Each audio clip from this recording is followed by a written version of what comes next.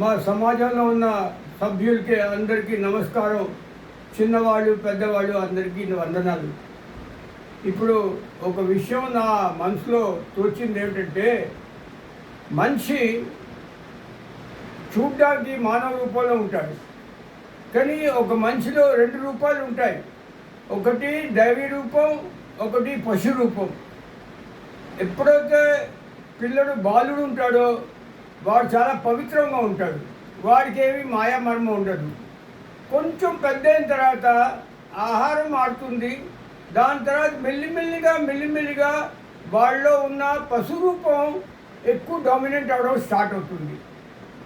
ఆ పశు రూపం డామినెంట్ అవుతూ ఒక 15 ఏళ్ళు 16 ఏళ్ళు 20 ఏళ్ళ వయసుకి పూర్తిగా పశు రూపం డెవలప్ అయిపోతుంది. ఆ దైవీ రూపాన్ని అది సబ్స్ట్రైట్ చేస్తుంది, పశు రూపం డామినేట్ చేస్తుంది. అదేమిటవుతుంది, ఆ పశు రూపం డెవలప్ అవడం వల్ల, ఎక్కువ డెవలప్ అవడం వల్ల ఈ దైవీ రూపంకి ఛాన్స్ దొరకదు ముందుకు వెళ్ళడానికి. ఆ పశు రూపం డెవలప్ అవుతే ఏమిటవుతుంది, అది అత్యాచారం, అనాచారం, నాది, కామ్, క్రోధ్, మద్, లోభ్, మాశ్చర్య ఇవన్నీ బాగా డెవలప్ అయిపోతాయి. మనిషి చూడ్డానికి మానవ రూపంలోనే ఉంటాడు, కానీ వాళ్ళ లోపల ఉన్న వస్తు రూపం అలా డెవలప్ అవుతూ ఉంటుంది. మనిషి డెవలప్ అవ్వదు, మనిషి చాలా తక్కువ డెవలప్ అవుతుంది. దైవీ రూపం చాలా తక్కువ డెవలప్ అవుతుంది, ఎందుకంటే ఈ పశు రూపం డామినేట్ చేస్తుంది. ఈ డామినేట్ చేయడం ఏమిటవుతుంది, వాడు ఇంకోళ్ళ మీద ఆధిపత్యం చూమట్టడం, ఇంకోళ్ళని ఆక్రమించడం, ఇంకోళ్ళతో అన్యాయం చేయడం, ఇంకోళ్ళతో లాక్కోవడం, ఆ ప్రవృత్తి ఎక్కువ ఉంటుంది. కానీ ఇంకోటి మంచి చేద్దామని ప్రవృత్తి చాలా తక్కువ ఉంటుంది.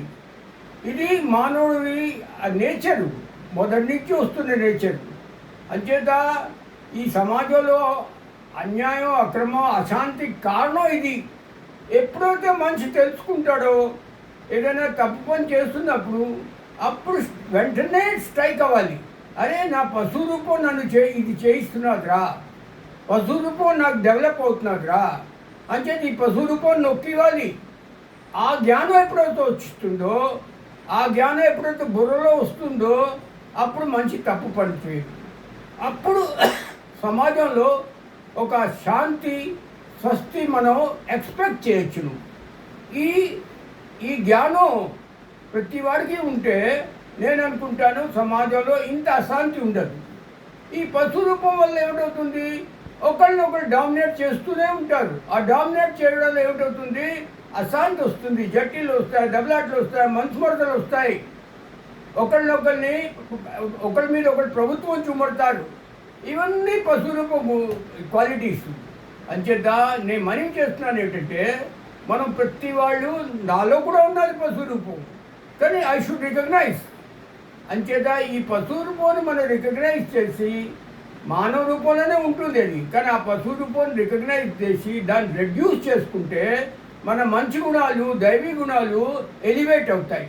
Then we will be happy, society will be happy, family will be happy, and everywhere you will find satisfaction. మనిషికి ఏమిటి కావాలి, ఎంత గజ దొంగకైనా ఏమిటి, వాడు శాంతిగా పడుకోవాలి, సాటిస్ఫాక్షన్ ఉండాలి.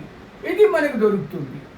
అది నేను చెప్పింది ఏమిటంటే, మన పశు రూపాన్ని డామినేట్ చేయనీకండి. అది మనలోనే ఉంటుంది, మన లోపలే ఉంటుంది పశు రూపం. Let us not allow that form to develop, dominate. This is my request. ఇది నా ఆలోచన. మరి అంత నిజమో అంత కరెక్ట్ అని I cannot say.